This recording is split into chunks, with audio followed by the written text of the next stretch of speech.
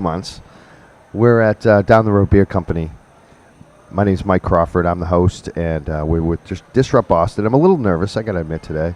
Got someone I listened to a long time sitting next to us. I also have Kristin Johnson sitting here in the brewery with us. Hey, Mike, how are you? Good.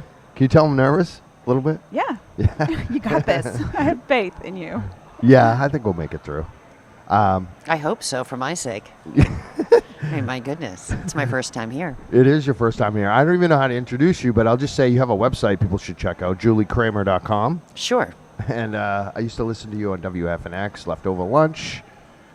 People know that. And you have a new exhibit that's been making the rounds at the Mighty Mighty Boston show. And you had a gallery opening. And Lynn, was it in the building FNX was at? We wanted it in the building that FNX was at, but we couldn't get it. So we got a warehouse that was right around the corner. And we built it out. And we total DIY and made a gallery space. Awesome. And it was amazing. And all the old FNX DJs showed up. And everybody came and partied and had a great time. And it was like a really good karma, good vibe night. And then we ran it the next day and the following weekend. That's right. And you, I saw that you were also selling, or you were doing something in Marblehead as well, right? Yeah, I just did a little pop-up thing before the holidays to sell some stuff. But it was the Basement Archives, the Ghosts of WFNX, portraits that I shot of artists that came through the radio station. I was a photographer and a disc jockey, so I had an opportunity to get really close and personal with an incredible array of artists. So I did that while I was also being a DJ. And again, your name obviously is Julie Kramer. And I am. And you're so pro. It's from the Basement Archives, the Ghost of FNX. Yep. Of course you're pro. You worked at FNX for 25 years? I worked at FNX for 25 years. When the station was sold, we went to the Globe for Radio BDC, and we are now Indy 617. That's right. And you can check us out at indy617.com. You can download the app and follow us on all of our social. I still do a 10 a.m. to 2 o'clock program with Kick Out the Jams at lunchtime. That's right. And I follow both of you on Facebook, but your old one of your radio partners, Henry Santoro. Yes. Henry, my good friend. Yeah, he tags you like all the time. He's like, Julie, how old is this person today? We used to have this running game. So I worked with Henry for, I don't know, I'm going to guess about 30 years. And we always had this game on air of he would tell, and I would never cheat. And he would say, okay, how old is so-and-so today? And then I would have to guess. And after we disbanded and he left and went to WGBH, he continued the game on Facebook. That's So right. we just continue the game together, and everybody sort of chimes in. You know, some things are just hard to kill off, so we didn't kill that off. That's awesome. So this exhibit, like even when we posted it on our Facebook page, people are like, oh, I missed it. When is it going to happen again? Yes. It seems like it's ongoing. The Basement Archives Volume 1, this was Volume 1, is going on tour, like your favorite band. So we did the big show in Lynn. We did something with the Boss Tones because Dickie really wanted to do it up at the Foundation Room. So it was really the people that were able to go up there and see it, and we did a number of extra Boss Tones photos that I had from over the years, and also we donated for charity. I blew up a big shot of the Boss Tones from the early 90s that they all signed, 3 feet by 5 feet, and we donated that for Was charity. that the one where Dickie's like He's like this with a beer? Yeah, I love that. Yeah, so That's a great shot. And that went for Music Drives Us, so good karma. Awesome. The show is going to be going in March to the Pop Emporium in Rhode Island. Cool. And then we have a Boston show planned this summer. Nice. So that will run. And then that's going to go on tour while we're working on Volume 2. That's awesome. Yeah.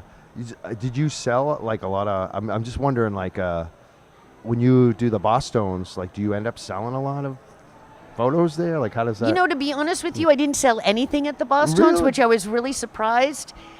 We did sell a lot from the show in Lynn, Nice. and then, of course, people can reach out at juliekramer.com and reach out to me. The photos that we have available right now are there for purchase. We also had some merchandise that did very well, and that's why I did the coffee mugs. I like the cup of Joe. Yeah, Joe we had Strummer. we had the coffee mugs and T-shirts of various artists.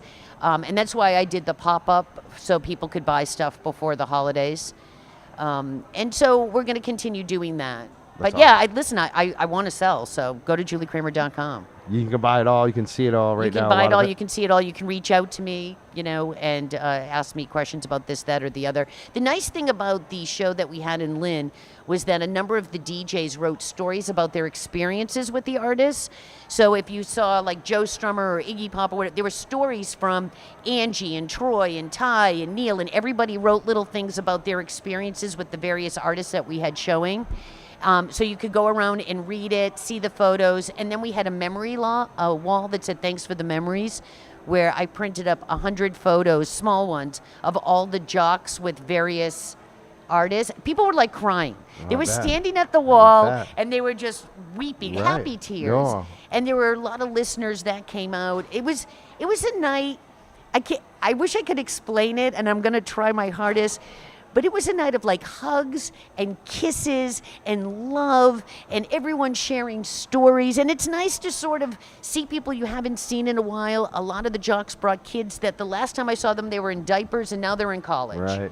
So it was one of these incredible nights that sort of all the stars were aligned in the right way, that it was a beautiful evening. I'm upset because I had a show on a Saturday night.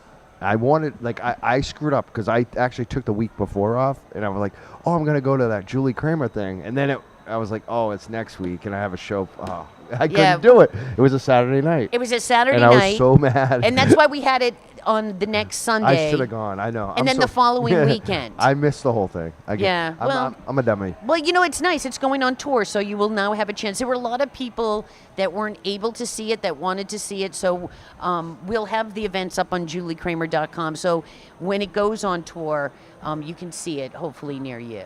That's awesome. Well, talk to us a little bit about some of your stories with the artists. So you mentioned that you were reminiscing. What was sort of some of your crazier stories? I have a lot of crazy stories. I will keep them as best as possible I can without incriminating myself now that I have children.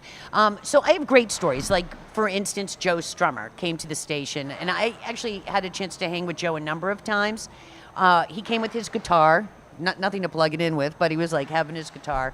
And we did a bunch of pictures outside 25 Exchange Street. The funny story is when he came in, he put the guitar in the trash. But the best Joe Strummer story was when he was here for the Boss Tones Walk of Fame. Remember that when they won the Star? Oh, that's right. Wasn't it like Tower Records? Oh, Tower Records, that's right. And back when we had record stores. Right. And we all hung out. We had a great time. We ended up going to the VFW on Green Street. Yeah. And dancing to like bad 80s Pat Benatar tunes. His wife was here, and there was tons of people, and we were just dancing and drinking and just going crazy and having fun and, good times. Chili Peppers at the Capitol Diner. Yeah. Oh my God, I can't believe the Capitol Diner, because I've been there, and I can't imagine if I was sitting there and all of a sudden you walked in with a Chili Peppers or something like that. But you know what's funny? They were really nice. They called the waitress ma'am. And I remember Chad Smith ordered the broiled scallops, which I thought, this is really random, because like usually diner you're like, oh, I'll get eggs or a burger or something. I'm like, does he think because it's New England? But it looked delicious. And then when we left, they were really nice and sweet, and I did a bunch of pictures in there. We left, and then they jumped on all the cars outside, and we're they were nuts. I have a picture of them holding my nephew, who was 10 at the time, up by his feet upside down. Like, they were crazy. They came to the station a number of times, so I have a number of series of photos of them. What else was in the show? Brian Ferry, John Lydon, when he came to the station. Kurt opened the door and he had to throw up because he had bad clam chowder. I mean, it's like, like every story is... I took the last portrait of Roy Orbison, unfortunately, before he passed away, in his trailer at the Channel. He was really sweet and super duper nice. I was there with Eddie Money randomly. But, whatever. I love Eddie Money. Eddie Money was at, I think it was Avalon. And I was doing a photo shoot for Columbia Records. And then Eddie said, let's go see Roy. So we went to the Channel to see Roy and ended up in the trailer. And we were taking pictures. And then before we left, I said, hey, would you mind if I took some pictures of you, alone? And he was like, okay, honey. And I took some pictures of him, and then they scooted me out of there, and then 2 days later he passed away, which was incredibly sad. Who else? Name someone. David Bowie. Yeah, David Bowie. I like hung out with Bowie, my childhood hero, which honestly was the highlight of my entire existence. But how did you get to a place where you took amazing photographs? 'Cause, I mean, I'm a photographer as well, and some artists, they get in front of me and I just choke. I just can't, you know. Well, you feel have to like remember, I'm intimidated? also a disc jockey, so that they're coming to you in a different place. If they're at the radio station, they're there for an interview, or they're on promo tour or something. Lou Reed was promoting his record, New York. You're hanging out. They already know you love them and support them, right? Yeah. And so I have my camera. Sometimes I had lights set up. Sometimes we would take a walk around Lynn. You already have like building this rapport. And then when you're like, hey, can I take some pictures of you? They're like, yeah, sure.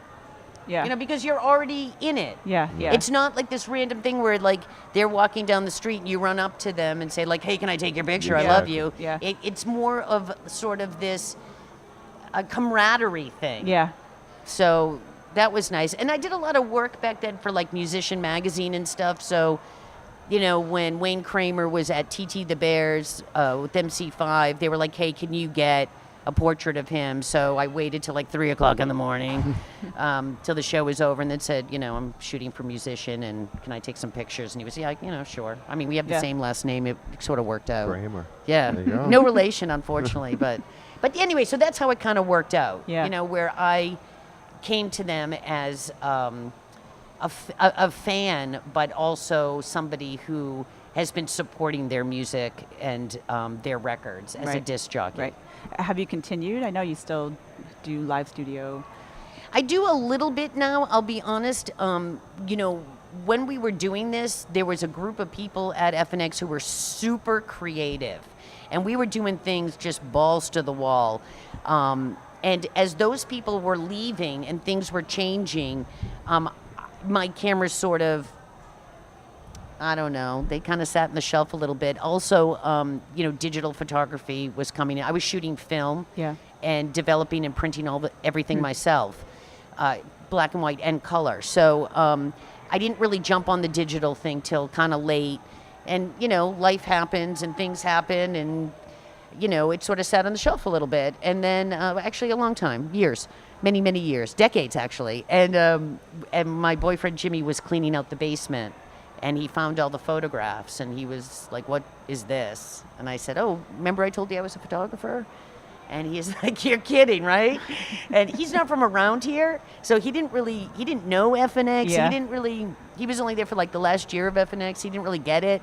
And he's like, do you mind if I do something with these? And I was like, yeah, knock yourself out. And then he started, and then the jocks for years were like, you got to do something with the photos. Right. Come on. So I sort of jumped on board, and we did it. And I needed something creative. So we started renting darkroom time and printing and, getting it together. So Were you shocked at some of the photos that you found? Well, what's funny is as we started making contact sheets or looking through some of the contact sheets I had, I'd be like, wow, I took that photo? Because, at the time, you make your contact sheet, and I would pick out 1 or 2 photos that I liked out of, let's say the roll of 36, right? Sure. So Lenny Kravitz, I like that one and that one.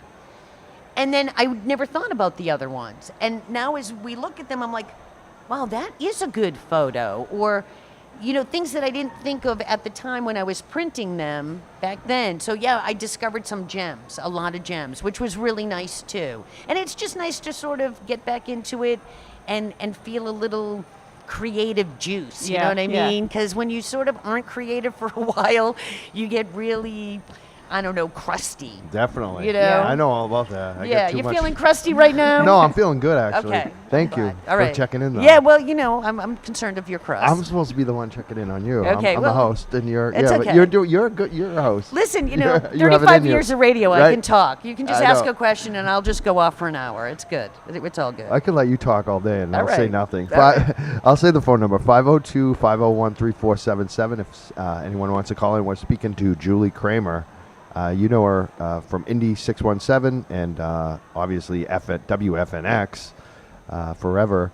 I also want to ask you about some of the other bands like Nirvana. So Nirvana played the 8th birthday party, WFNX 8th birthday party on Lansdowne. And it was right before their record broke. FNX was the first station to support Nirvana. So they did the birthday party, and we were there. The Smashing Pumpkins were on that night. So I was there, and I got pictures. They're in there too. That must have been crazy. You knew them like a month before. It seemed like probably. I think they broke like the next day. Yeah, right. I think that's true because I is. remember that. I distinctly remember these things. It was happening. $5 to go to that festival. Yeah. $5, and I think it went to charity. So FNX was one of the first stations to do all those festivals. That's right, back then, of course, everybody does them now. Yes. But back in the day, we were like the first to kind of do that thing where we had all these bands. There were times that I wish I had my camera, like when Pearl Jam played the Privyet Vodka series, like their first gig in Boston or whatever. And I don't know, I didn't have my camera that night, or people that I should have photographed, or I don't know, you're partying, you're like, should I take out my camera? What about the guys from Pearl Jam? What's your? I had nothing. I've never even met them. You never met them? No, they played our gig. The guy next to me said, "Oh, they're going to be big." I said, "Yeah, whatever." And, okay, sure, awesome. Thanks. Yeah, sometimes you're just like in the moment. It's like when the Beastie Boys did a show for us at Avalon, and I think I had my camera, but I think I was like, getting down to the Beastie Boys and didn't take my camera out. Oh, it happens. Yeah. I take photos too a lot, but sometimes I don't. It just, it's how you feel, and sometimes you just want to enjoy it without taking a photo. Yeah. Sometimes you want to be in the moment. The thing that I have now, and the problem that I have now, which is certainly my own problem, is that everybody's a photographer now. Right. Everyone's got a cell too. phone, everyone's got a camera, me. everyone's taking I'm one of pictures. Like everybody's a photographer, so it's like it kind of. I don't know. It sort of soured me, like, right. Everyone's a photographer. I don't have to be a photographer anymore, but maybe I do. I think you do. I mean, I think, thank God you were, I think, especially like when you talk about the jocks, and everyone's happy that you were there taking photos. Thank God you take those photos. And have this, it's like history. It is history. Well, now looking back, now that you have, 20 some odd years of perspective on it, yes, it's history. It's totally nostalgic. All the jocks still have their photos. And it's funny because as we're going through the show, they're like, yeah, I've got that one, I got that one, I got that one. And when the bands were there, we always did the group shots, with the FNX sign. And then I would say, do you want to go for a walk? Or, can you stand over here? Or, that kind of thing. So the jocks were always into it, And when we used to do those Phoenix supplements of the jocks, we used to do really crazy stuff that I would photograph of the jocks doing all kinds of bizarre things, It's awesome. Yeah, we were very creative, young kids. Now, did you get hired at FNX as a DJ or a photographer? Or DJ. Both? Okay. So I was at GIR in New Hampshire with Kurt St. Thomas. We did a morning show, and I quit because I'm like, I really just want to be a photographer because that's what I went to college for. And then he went to FNX and said, why don't you just come to FNX? So I went to FNX and was working part-time while I was doing photography. And then he became the program director and said, okay, now you have to come back to full-time DJ. So I did. So yeah, a little of both, but it's hard to kind of have two full careers. That's right. So you kind of do the best you can do. I think you did a great job. I'm still trying to do the best I can do. There you go. And you exposed so many of us to like new music, good music. Yeah, well, that was the whole thing about FNX, and certainly, definitely Indie 617. It's all about giving people the opportunity to hear music that they might not otherwise hear. Now, things are different now with the internet and stuff, but back then, how did you hear of new music? 20 some odd years ago, and you wanted to, get it, you'd have to go to Newbury Comics for the import single and hope they had it. That's right. Things are different today, but. Back then, people learned of music and new music from FNX. This is awesome. Speaking of Julie Kramer, again, she's with Indie 617. Her photo exhibit is called From the Basement Archives, The Ghosts of WFNX. The Basement Archives, Volume 1. Oh, it's the Basement Archives. I'm saying from. Yeah, it's the Basement Archives, The Ghosts of FNX, Volume 1. I'm sorry. This is not new that I screw up things. That's okay. This is like a regular thing. I'm here to correct you. Julie. It's totally fine. Thank you. Again, it's the show's going to do a little tour, so hopefully everyone will have a chance to see it while we're working on Volume 2. That's awesome. Nice. We're the Young Jurks. again, we're at Disrupt Boston, down the road beer company. So funny. I get things in my head and I can't get them out of.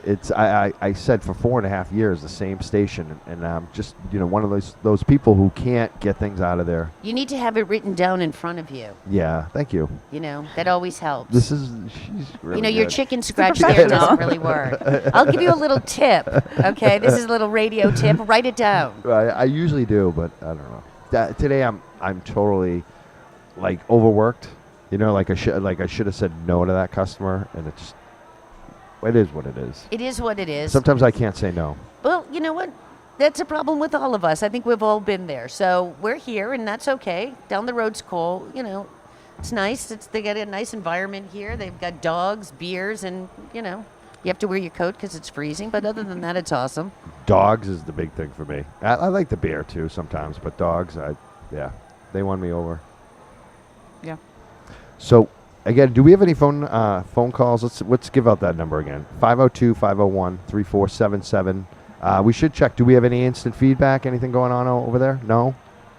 Is anybody watching? Yeah. How do we know? How do we usually know? Usually how do I we know check it. anyone's actually paying attention to us? Because I did come all this way. Yeah, we have a few. I did. I came all this way. I'd like to know what's happening out there. Me too. Because you live at the same time I do, Marblehead, right? Am I not supposed to say that? I don't know. I live on the North Shore. The North Shore. Okay, I'm sorry. I'm looking, Julie. I'm really like breaking all the rules today. And everything that I was worried about is happening. Are you stoned? Yeah. Yes. I'm always stoned though. That's not an excuse for me. That's not an excuse. No, it's not. That's baseline. No, it's not. That is baseline for him. Yeah, that's a baseline. That's like. If you weren't high, you would definitely remember that we are at Down the Road Brewery. Okay, my name is Julie Kramer, and it's at the, the basement archives, not from the basement archives. It's the basement archives. See, I scratched that out. What's in this juice box anyway? Because I feel like there might be something in there. No. Yeah. I am goofy today. I don't know what the hell's wrong with me. And I'm glad you called me out. Hey, listen, it's the first time I've met you, so I'm just taking you at, at face value here. Yeah, That's how it works. I'm usually the straight guy too. That's Okay. like usually, I'm usually the guy the first guy here. Like, I'm boring. All right. I'm boring. Listen, but I smoke pot, so that's my cool thing. Whatever. You're boring. You smoke pot, and then you just want to go to sleep. No. I want to write a million stories. That's what I do. I'm like psychotic, like never stop working. Like that's what I do. Okay. And who's coming on after me? Tito Jackson, my boy, who's going to be the next mayor of Boston if I talk him into it. Okay. Right? Yes. We're on board for that. You are? Yeah. Yes. I'm mostly involved with politics, and that's how I know Mike. But and Kristin's also a musician too. You're a musician and a photographer. And a photographer. And I used to work for the Phoenix at the same time you were at FNX. So really? I was very but excited. you were in Boston. We were in Lynn. Yeah, so that's true. We that's never true. meet. Yeah. Unless you were on that boat cruise, which I always tried to work the days of the No. boat cruise, so I never had to be with other people. What do you do? What kind of music do you do? Punk rock, like straight up pop punk. Oh, that's nice. What's your band? We're called the Grommets. Literally nobody knows who we are, but we're sort of in JP. There's like a really fun JP punk scene and like this really tight community, and the kids are all into it. We have two kids. Where do you play? The Midway, and then Wake Up the Earth Festival. Are your children in the band? No, but we try to play all ages shows so they can be there. And how many kids do you have? 2. And are they like teenagers? They're 8 and 10. Oh, 8 and 12. And so do they also play instruments? my older daughter has already exceeded all of my capabilities on guitar. She's really good. So she doesn't have a band yet, but she's great. So were you a writer for the Phoenix? I was a photographer for the Phoenix. You were? And Yeah. how did we never meet? I don't know. So is that what you do for a living, is photography? no, like do you notice how I've just completely taken over That's your okay. show? That's okay. Okay. You're Julie Kramer. Listen, I don't give you a know what? Whatever. You give me a microphone, I'm just going to take over here. So, do you do photography for a living? Now I'm a medical photographer and medical illustrator. So do you do like people's guts coming out? Like what kind of medical like stuff are we doing? scientific. Yeah, it's a little graphic, but it's a cancer research lab, so it's pretty gross. But Yeah. it's All right. fun. It's fun. It's really gross. It's super fun. Okay. Yeah. It pays the bills. Yeah, but you have kids as well, right? I do. I have 2 kids. So, But they're into really bad hip hop. So, I've tried to school them on like the Ramones. Their first concert was Cheap Trick. I try to get them into like cool indie rock, guided by voices and stuff, and they're into every band that starts with like a little Uzi Vert, little Skies, little this, little that. I've gone to more. I've gone to more horrible hip hop shows than I'd like to. But now, one of my kids is old enough that I can bring him there and then go for dinner next door. Yeah, and then great. come back and get him. How old are they? They're 17 and 13. Oh, nice. Yeah. The 13 doesn't like going to the shows because there's too much pot smoking, and he doesn't like that. He doesn't like the pot. No, he doesn't like the pot. That's good. So that's good. That's very good. Say no until you're old enough to handle it. That's right. All right, so nobody's calling in and nobody wants to talk to us. We have some comments. Oh, we do? A couple people. I think Anything I good? think well, no, not really. Oh. You want to read them? All right, Grant Smith is watching. Hi, Grant. Thanks for stepping in. I feel like this is like I think you forced Grant to comment. Listen, can I just say something? I feel like this is like a Saturday Night Live skit of like these people that It might be for me. they were talking and like nobody's out there. Okay, Jane says thanks for the great conversation. Why did you say these weren't good? No, they're fine. All right. I'm just, no questions, All right. So what is the phone number again? I can't read your chicken scratch. 502-501-3477. Or they can go on Facebook and put in a comment? Yeah. Okay. On our Facebook Live or Disrupt Boston. Okay. How long am I supposed to be on this show here? 'Cause We're I'm not pretty sure- close to done. I'm not sure how much I can talk. JulieKramer.com. You can go to juliekramer.com to check out the photography. And reach out to me if you're interested. Please listen to Indie 617. We are indie617.com. We're on Facebook, Instagram, and Twitter. Amazing music, new music. It's some of the people that worked at FNX, Adam 12, Michael Murata, Paul Driscoll. We've got a great crew and an amazing radio station. So that's that. Awesome. Like local bands or national or A little of everything. Yeah. You should check it out. It'll be right up your that'd alley. be amazing. What are some local bands you have an eye on? Well, we had Salem Wolves here last night, which were great. Yeah. And I believe our next event here is at Down the Road Brewing. Our Indie Brews is with Parks. Yeah. And then we've got a lot of artists that we're championing. Billie Eilish, Sigrid. We've got Hatchie. Those are some of my favorites from last year. Mitski. Yeah. That kind of stuff. Miles Kane. Yeah, it's all good. It's really Nice. good music. You should check it out, indie617.com. There's dogs here. There's beer. I guess you can get some food right outside in that little truck. Sometimes.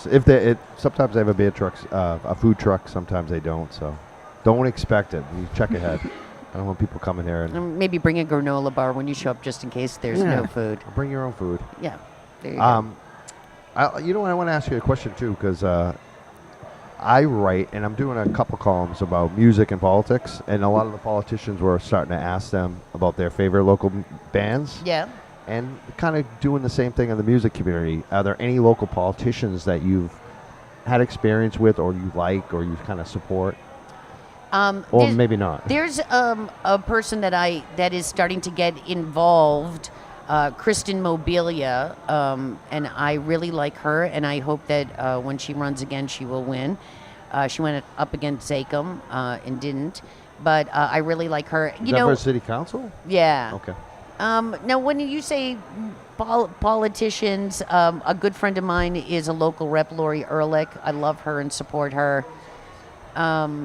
But, I don't really hobnob with a lot of politicians, I have to be honest with you. I don't know if it's me personally, if they're not interested in hanging out with me, or our circles are just completely different. Sure. You know? You and Henry, when you were doing trying to remember the original name for it. It wasn't Indie 617. It started out as Radio BDC? Yes. Okay. You interviewed, I think it was Evan Falchuk, was it? Yes. I love that interview. I thought that was. Do you ever do I think that was kind of like a one-time thing. Do you ever do other politicians on?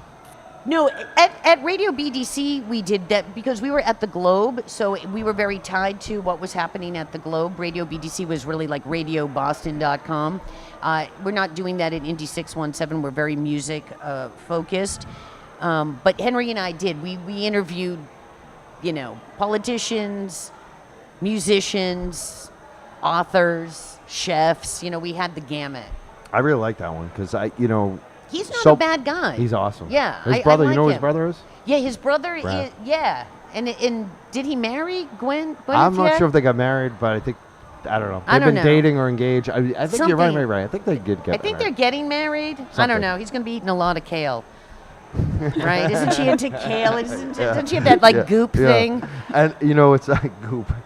The thing I liked about the interview too is like so many people in the media, the bigger media, they just didn't give Evan any shot. They treat him shabbily. And then I heard you guys interviewing him. I was like, wow, finally someone treated the guy like he should have been treated. He's a smart guy, Yeah. and he had some really good ideas and good values. And I used to say to him, "Why don't you get Gwyneth to help you out?" That's what I was like, saying to Like him. bring in some star That's why power. I told him to bring in Brad, and he's like, I already did, and no one noticed. And I'm And like, that- yeah, you I didn't said tell this- anyone. I didn't even know about it. And I'm like, you're number one guy here. Like, I said the same thing to him. Yeah, me too. Yeah, I think you know when people don't know who you are and you have the opportunity to bring some star power, you should bring it on definitely. and get people to talk about you and find out more about you, because maybe if they heard, oh wow, Gwyneth was hanging out with this one and that one, maybe they would look him up Definitely. and then eat some kale. Yeah, that's right. So we're speaking of Julie Kramer, and I think, wait, do we have a question? Oh, Grant's really good. All right, the question is, how does corporate influence within most major radio stations undermine the ability for smaller bands to get recognition?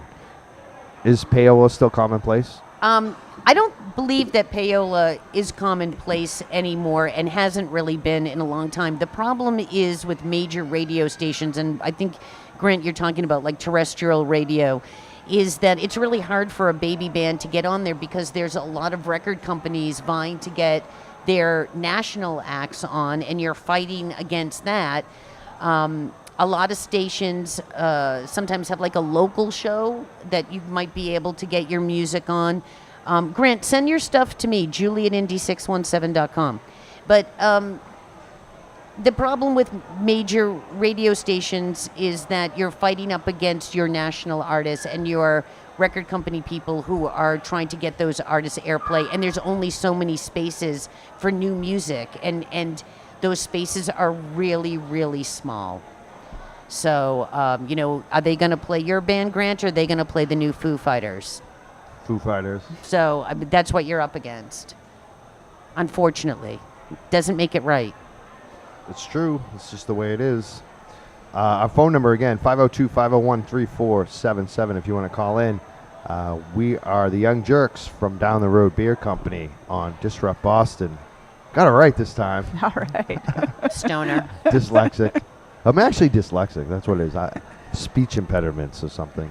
And now I host a show. Yeah, well, When I was young, they said I was slow, and then they realized I wasn't. It was just some kind of, I don't know. But whatever. Well, That's thanks for enough- bearing it all for us. I do. I Okay. tell my audience, I'm not afraid to show my whatever. We're the Young Jurks. We're not WEMF radio, but we're on That didn't last Disrupt long, Boston. We're going to take a break, and we're going to go back with Tito Jackson. And you know I won't be nervous with him, 'cause he's my boy. But we've been... Thank you. Thank you Thank for you coming very on. much. Thank you, I really Julie appreciate Kramer. it. So nice to Thank meet you. And thank you, Kristin, for being And here. check out juliekramer.com Yes. and indie617.com. And it's the Basement Archives, the Ghost of WFNX. Volume 1. Volume 1. Currently on tour, going to Pop Emporium in Rhode Island, March 23rd for the gala opening. I do believe Juliana Hatfield's going to be playing. It'll be free. Come on down and enjoy. Thank you. And Thank you. on that, we're going to take a break. And we'll be back in a little bit with Tito Jackson. We're going to talk about the TIL program. We're going to talk about the new story that I have in Dig Boston. We're going to talk about our event and the award that we're going to give out, Michael Malta Activism Award, on our the event we're doing April 27th down here. A lot to talk about. We'll be back at around 7 p.m. We'll see you in a few. Thank you, Julie Thank you. Kramer. Thank you. Thank you very much. Kristin.